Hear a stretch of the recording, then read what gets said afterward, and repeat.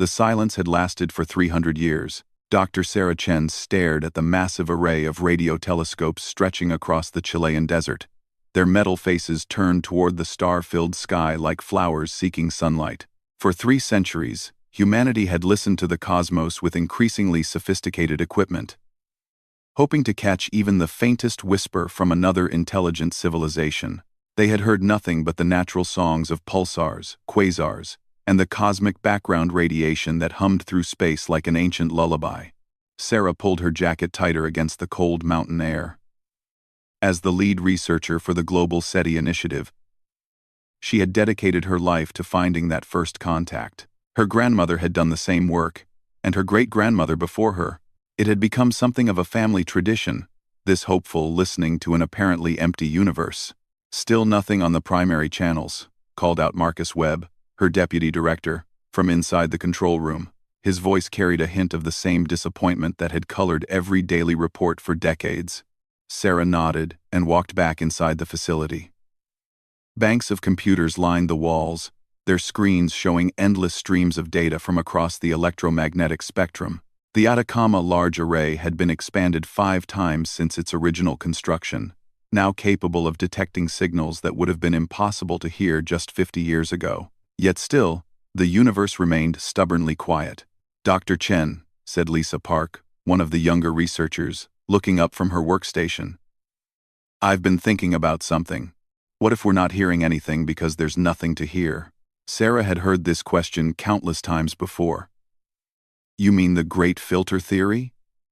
That civilizations destroy themselves before they can communicate across interstellar distances?" "No." Lisa shook her head. "I mean, what if something is preventing signals from reaching us? Like interference? On a galactic scale?" Marcus laughed, but not unkindly. "Lisa, we've mapped every source of natural interference in our local stellar neighborhood. There's nothing that could block communications across multiple star systems." But Sarah found herself intrigued by the young woman's suggestion. In her 40 years of searching, she had often wondered why Earth seemed to exist in such perfect isolation. The galaxy contained hundreds of billions of stars, many with planetary systems that could potentially support life. The mathematical probability suggested they should have detected something by now. "What kind of interference were you thinking about?" Sarah asked. Lisa pulled up a holographic display showing the local galactic region. "Well, what if there's some kind of, I don't know, barrier? Something artificial that keeps signals from getting through? That would require technology beyond anything we can imagine," Marcus said. "We're talking about blocking electromagnetic radiation across light years of space." "Maybe," Lisa said quietly. "Or maybe whoever built it just doesn't want us to hear what's happening out there." Sarah was about to respond when every alarm in the facility suddenly began screaming. Red lights flashed across all the monitoring stations, and the main display showed signal strength readings that were off the charts. After 300 years of silence, something was finally broadcasting toward Earth. "Where's it coming from?" Sarah shouted over the alarms as technicians rushed to their stations. "Bearing 274 Mark 15, Marcus called out, his fingers flying across his keyboard. That's the direction of the Vega system. Distance approximately 25 light-years. Signal strength is incredible," reported another technician. "This isn't some weak transmission we're lucky to detect. This thing is broadcasting with enormous power." Sarah felt her heart racing as she watched the data stream across the screens. "Can we isolate the signal? Clean it up?" "Working on it," said Dr. James Harrison, their communications specialist. "It's strange. The signal is using multiple frequency bands simultaneously, almost like it's designed to punch through some kind of interference." As the computers processed the incoming data, a pattern began to emerge on the main display. It wasn't random noise or natural phenomena.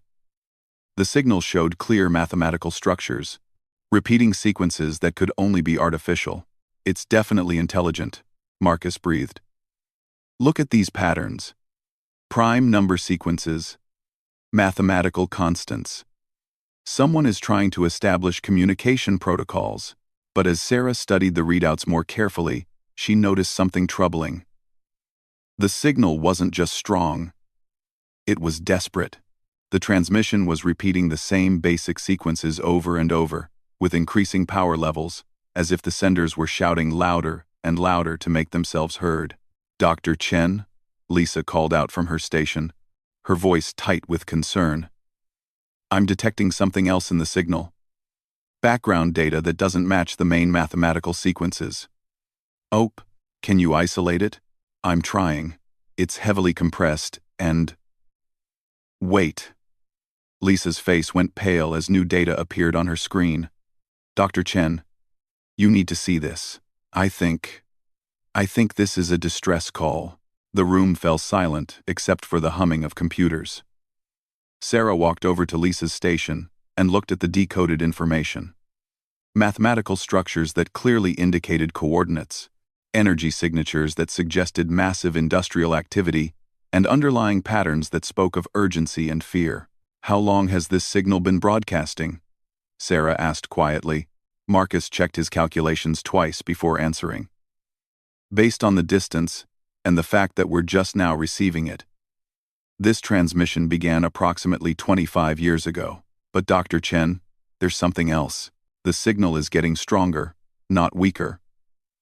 Whatever is sending this is putting more and more power behind it." Sarah felt a chill that had nothing to do with the mountain air. As if they're running out of time.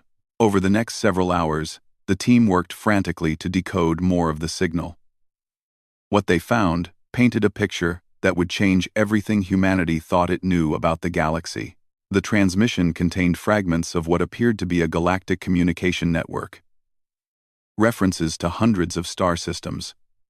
Coordinate systems that spanned thousands of light years. And most disturbing of all, indications that many of these systems were going dark. "It's like watching a map where the lights are going out one by one," Marcus said grimly. "Whatever is happening out there, it's spreading across the galaxy." Sarah stared at the data streams, her mind racing. "Lisa, your interference theory. What if you were right? What if something has been blocking communications to Earth, keeping us isolated?" "But why would anyone do that?" Lisa asked. "Protection," Sarah said quietly. "What if someone has been hiding us?" Dr. Harrison suddenly looked up from his station, his face grim. "Dr. Chen, I've found something in the signal that you need to see immediately. It's a message, in mathematics, but clearly directed at whoever receives it." The main display showed a sequence of numbers that, when translated, formed a simple but terrifying message. "The Devourers have found us. Our shields are failing. If anyone receives this, do not reveal your location. Do not respond. They consume everything. Hide while you can." The room fell completely silent. 300 years of hoping for first contact, and when it finally came, it arrived as a warning. "There's more," Dr. Harrison continued, his voice barely a whisper. "Coordinates. Not for their system, but for something else. Something they're calling the Last Hope." Sarah's hands trembled as she realized what they had stumbled upon. Humanity had spent centuries believing they were alone in a silent universe. But they had been wrong. The galaxy was full of life. Life that was being systematically destroyed by something so terrible that civilizations were willing to hide entire star systems to protect them from discovery. "The signal is getting weaker," reported Marcus. I think they're running out of power." Or, he didn't need to finish. They all understood. The civilization that had been broadcasting this warning for 25 years was likely dying as they listened. "What do we do?" Lisa asked. "Do we respond? Do we try to help?" Sarah looked around at her team, seeing her own fear and determination reflected in their faces. Humanity had always dreamed of joining a galactic community, but they had never imagined it would come with such a terrible price. "First, we decode everything," she said finally. "Every fragment of data in that signal. We need to understand exactly what we're dealing with before we make any decisions." As the night wore on, the picture became clearer and more frightening. The signal contained references to something called the Devourer Fleet. Vast ships that consumed entire worlds, harvesting all organic matter and leaving dead rocks behind. Civilization after civilization had fallen to this threat, and those that remained were desperately trying to hide or fight back. But buried within the desperate warnings and pleas for help, Sarah's team found something else. Technical specifications, weapon designs, shield technologies. It wasn't just a distress call, it was a treasure trove of advanced science, freely shared in the hope that someone, somewhere, might be able to use it. They're not just warning us, Sarah realized as dawn broke over the Atacama Desert. They're arming us, Marcus nodded grimly. The question is, are we ready for a war we never knew was coming? As the first light of sunrise painted the telescope array in shades of gold and red, Sarah Chen made a decision that would determine humanity's fate. Earth had spent 3 centuries in isolation, developing and growing in peace while the galaxy burned around them. Now, it was time to see what humanity could do when faced with an enemy that had conquered worlds beyond counting. The age of silence was over. The age of war was about to begin. The emergency session of the United Nations Security Council convened 18 hours after the signal was first detected. World leaders sat in stunned silence as Dr. Sarah Chen presented her findings, their faces growing paler with each revelation about the galactic war, raging beyond Earth's protective bubble of ignorance. You're telling us that there's an alien invasion force destroying civilizations across the galaxy, and we've been hidden from them for centuries? Asked President Rodriguez of the American Federation, her voice tight with disbelief. Sarah nodded, gesturing to the holographic display that showed the translated data. The evidence is overwhelming. The signal contains detailed records of the Devourer fleet's progression across our galactic sector. 67 star systems have gone dark in the past century alone. Secretary General Kim Wei-chen leaned forward in his chair. And you believe this? Protection around our system is failing? The civilization sending this signal refers to Earth as the hidden seed, said Dr. Harrison, who had joined the presentation via video link from the Atacama facility. Their records indicate that our solar system was deliberately concealed by an advanced race called the Gardeners. But according to this data, the Gardeners haven't been heard from in over 200 years. Prime Minister Okafor of the African Union shook her head. This is impossible to believe. If such technology existed, we would have detected it. Would we? Asked Dr. Marcus Webb, pulling up a series of astronomical images. Look at these photographs of our local stellar neighborhood, taken over the past 50 years. Notice anything unusual about the background star patterns? The leaders studied the images carefully. After several minutes, President Rodriguez spoke up. Some of the stars. They're in slightly different positions than they should be. Exactly. A gravitational lensing effect, so subtle that we attributed it to measurement error. But now we understand what we were seeing. Someone has been bending space-time around our entire solar system, making us invisible to long-range detection. Chancellor Meyer of the European Federation stood up abruptly. Even if this is all true, what can we possibly do against a force that has destroyed dozens of advanced civilizations? Sarah took a deep breath before answering. The beings who sent this signal didn't just warn us. They've given us weapons. The next few hours were spent going through the technical specifications hidden within the alien transmission. The data contained blueprints for fusion reactors more efficient than anything humanity had imagined, shield technologies that could deflect energy weapons, and most surprisingly, detailed plans for faster-than-light communication systems. They've essentially given us 1,000 years of technological advancement in a single download, explained Dr. Lisa Park, who had been working non-stop to decode the engineering data. But there's a catch. Most of these technologies require materials and energy levels that are barely within our manufacturing capabilities. General Torres, the head of Global Defense Forces, studied the weapon schematics with growing excitement. These plasma acceleration cannons, if we could build them, they would make our current military technology look like stone axes. The question is time, said Dr. Chen. According to the signal's timeline data, the Devourer fleet moves systematically through galactic sectors. If they follow their established pattern, they could reach our region within 5 to 10 years. That's not enough time to build a fleet capable of fighting them, General Torres said grimly. Maybe we don't need to fight them head-on, suggested Dr. Park. Look at this. She highlighted a section of the alien data.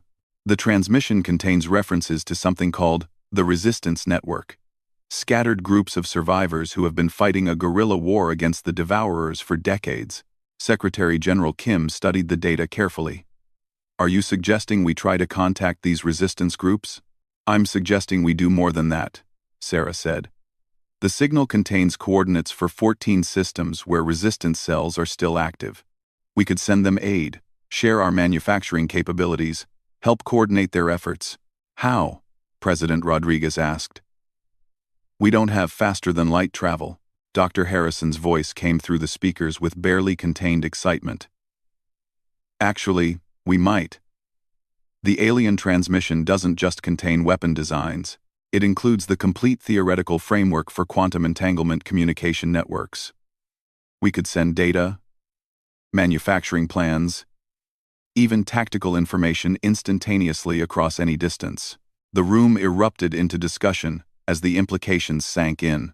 Earth could become a manufacturing hub for the resistance, building weapons and equipment that could be transmitted as raw data to resistance cells across the galaxy. Over the following weeks, the greatest mobilization in human history began.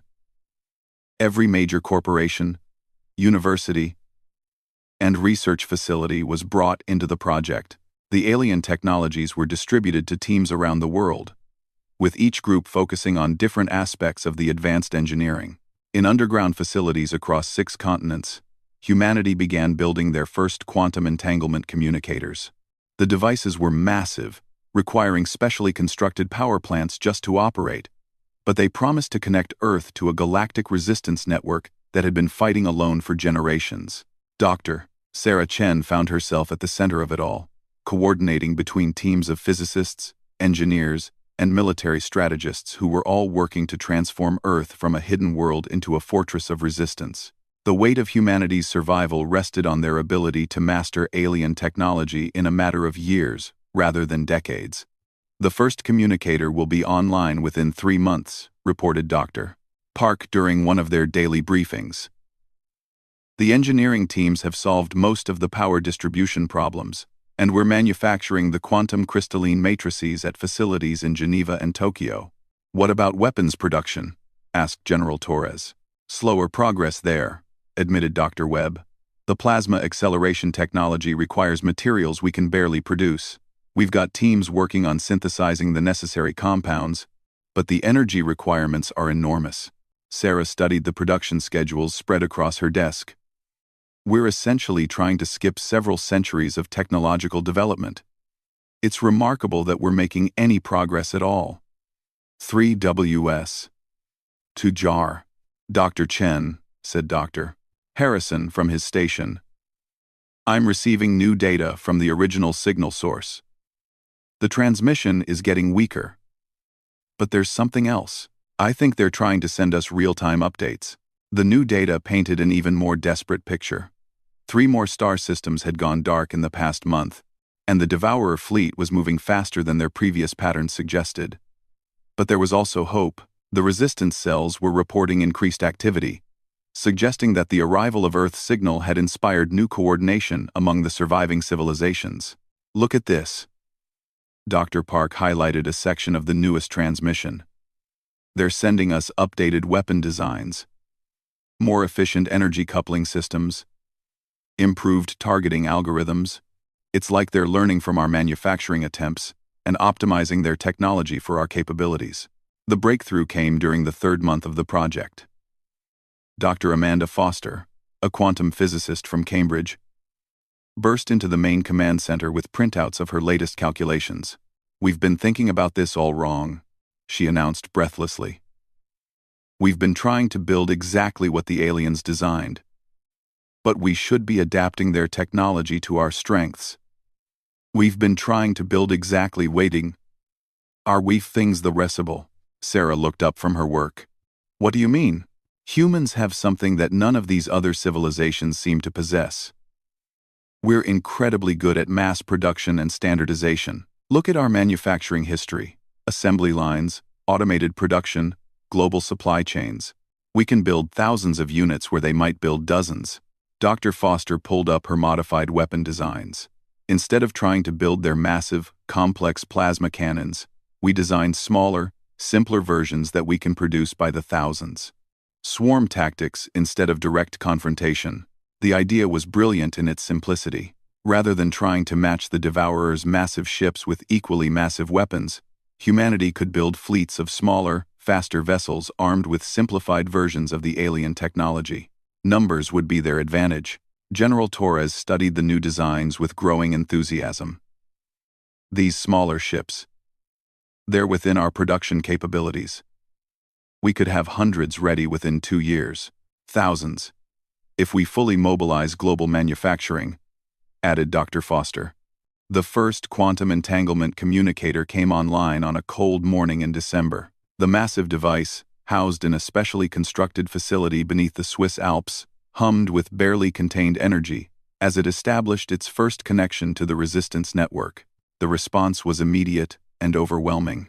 Data poured in from 14 different star systems, each containing detailed tactical information, resource requests, and most importantly, expressions of hope that had been absent from the galaxy for generations. "They're calling us the Arsenal," reported Dr. Harrison, tears streaming down his face as he read the incoming messages.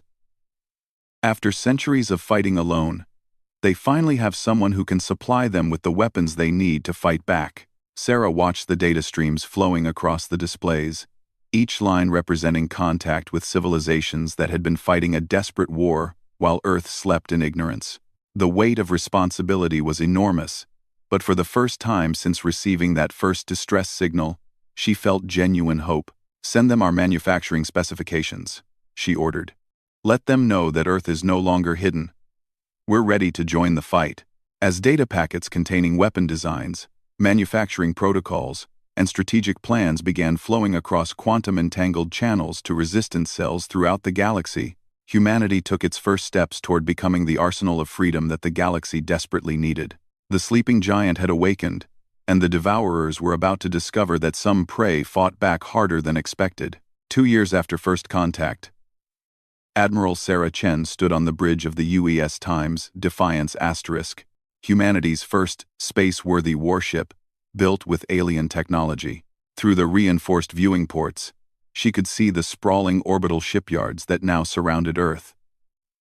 Their construction bays filled with vessels that would have been pure science fiction just a few years earlier. "Admiral, incoming transmission from Resistance Cell Sigma 7, reported Commander Park, who had traded her research lab for a military commission when the war began in earnest. "They're reporting successful deployment of the Mark IV torpedo swarms. The Devourer advance fleet at Kepler 442 has been completely eliminated." Sarah nodded, feeling a grim satisfaction. The battle at Kepler 442 had been a test of humanity's new warfare doctrine. Instead of trying to match the Devourer's massive capital ships with equally large vessels, Earth had sent 3,000 small, fast attack craft armed with quantum disruption torpedoes. The swarm tactics had worked perfectly, overwhelming the Devourer ship's defenses through sheer numbers. "How many resistance cells are now equipped with our weapons?" Sarah asked. 47 active cells across 31 star systems," replied Commander Webb from the tactical station. "Our quantum fabrication networks are running at full capacity. We're producing and transmitting weapon blueprints faster than they can build them." The transformation of Earth had been staggering. Every major industrial nation had retooled their manufacturing base to produce components for the war effort. Automobile factories now built spacecraft hulls.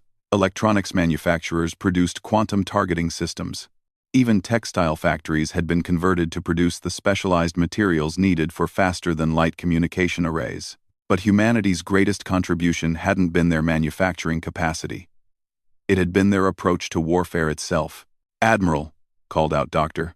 Harrison from the communication station, "we're receiving a priority transmission from the Andromedae Resistance Council. They're requesting immediate consultation on what they're calling the Taurus Offensive." Sarah moved to the main holographic display, where a 3-dimensional map of the local galactic sector appeared. Red markers indicated known Devourer positions, while blue markers showed resistance strongholds. The pattern that emerged was telling. The Devourers controlled vast territories, but they were spread thin, trying to maintain control over dozens of systems simultaneously. "Patch me through to the council," Sarah ordered. The hologram shifted to show a collection of alien beings from various species. Sarah had grown accustomed to the sight over the past 2 years, but she still marveled at the diversity of life that had survived the Devourer onslaught. There were the crystalline Vorthak, whose silicon-based physiology allowed them to survive in the vacuum of space. The energy-based luminals, who existed as coherent plasma clouds within magnetic containment fields, and dozens of others, each bringing unique capabilities to the resistance. "Admiral Chen," spoke Zara 5, the leader of the Vorthok resistance cell, her crystalline form shimmering with internal light. "We have analyzed your species' tactical innovations, and we believe the time has come for a coordinated offensive against the Devourer core fleet." Sarah studied the tactical display that appeared beside the communication channel. The Devourer core fleet was a massive collection of their largest ships, positioned at the center of their controlled territory, like a spider in its web. Every major resistance operation for the past 50 years had carefully avoided this fleet, knowing that a direct confrontation would be suicide. "What's changed?" Sarah asked.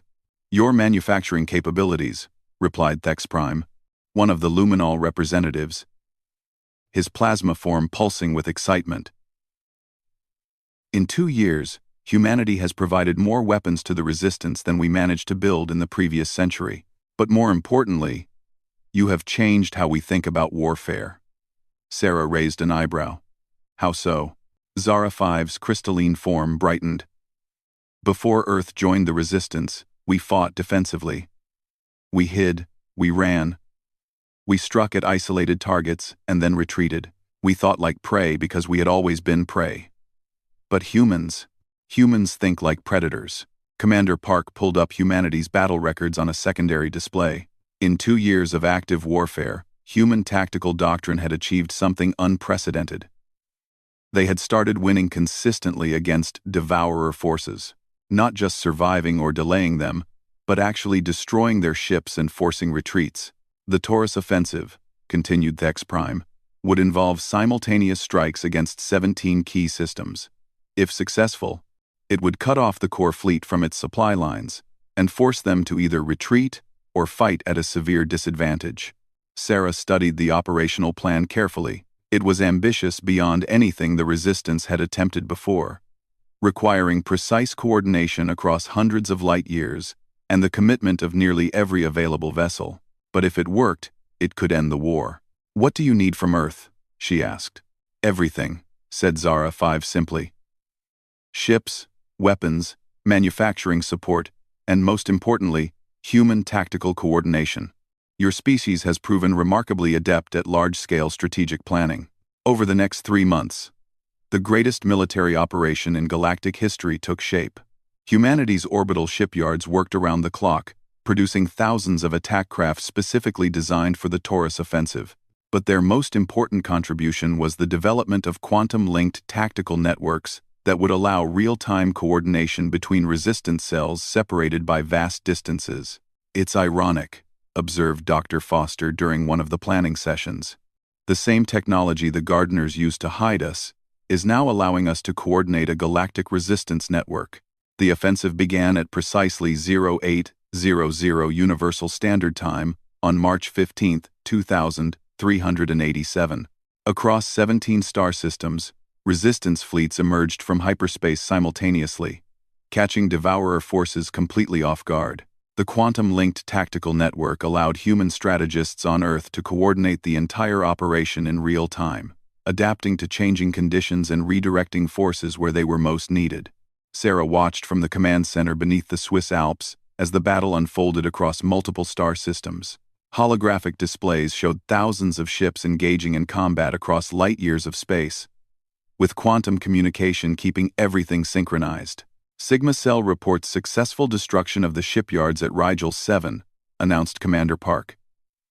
"That's 3 major manufacturing centers eliminated. Delta Cell has broken through at Altair 3, added Commander Webb. "They're moving to secure the resource extraction facilities, but the real test came when the Devourer core fleet began to respond. Their massive ships, each the size of a small moon, started moving toward the battle zones with terrifying speed. These were the vessels that had crushed every major resistance operation for centuries, armed with weapons that could shatter planets. "Admiral," called out Dr. Harrison urgently, "long-range sensors are detecting the core fleet's movement.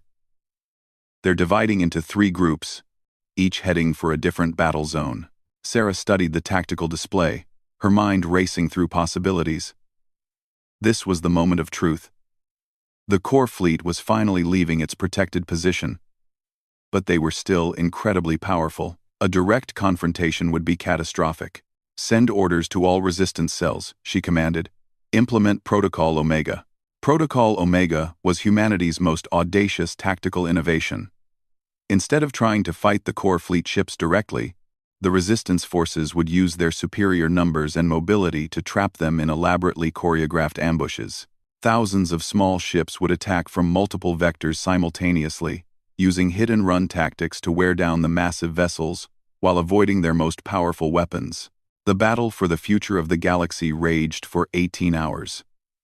Sarah watched as human tactical doctrine faced its ultimate test against an enemy that had conquered civilizations for millennia. The quantum tactical network allowed unprecedented coordination, with ships from dozens of species working together with clockwork precision. "Core Fleet Group Alpha is showing significant damage," reported Commander Park, her voice tight with excitement. "They're beginning to retreat toward the galactic rim. Group Beta has lost 3 ships," added Commander Webb. "Their formation is breaking apart, but it was the fate of Core Fleet Group Gamma that would determine the outcome of the war." The largest and most powerful of the 3 groups, it had pushed through to the Vega system, the same system that had sent Earth its first desperate signal years earlier. "Admiral," Dr. Harrison's voice was grim, "Group Gamma has reached the Vega resistance stronghold. They're starting to glass the planet." Sarah closed her eyes for a moment, thinking of the brave beings who had sent that first warning to Earth. They had saved humanity by revealing the existence of the Galactic War, and now they were paying the ultimate price. "All reserves to Vega," she ordered. "Every available ship, every weapon we can spare. We are not letting them fall." The final battle took place in orbit around Vega Prime, where the planet's surface was already glowing from Devourer bombardment. Humanity's newest weapons, planet-killer missiles built specifically for this moment, streaked toward the core fleet flagship. A vessel so massive it cast shadows on the planet below. When the first missile struck, the explosion lit up half the star system. When the second hit, the flagship's shields collapsed. The third and fourth missiles punched through the hull, and the fifth detonated the ship's reactor core.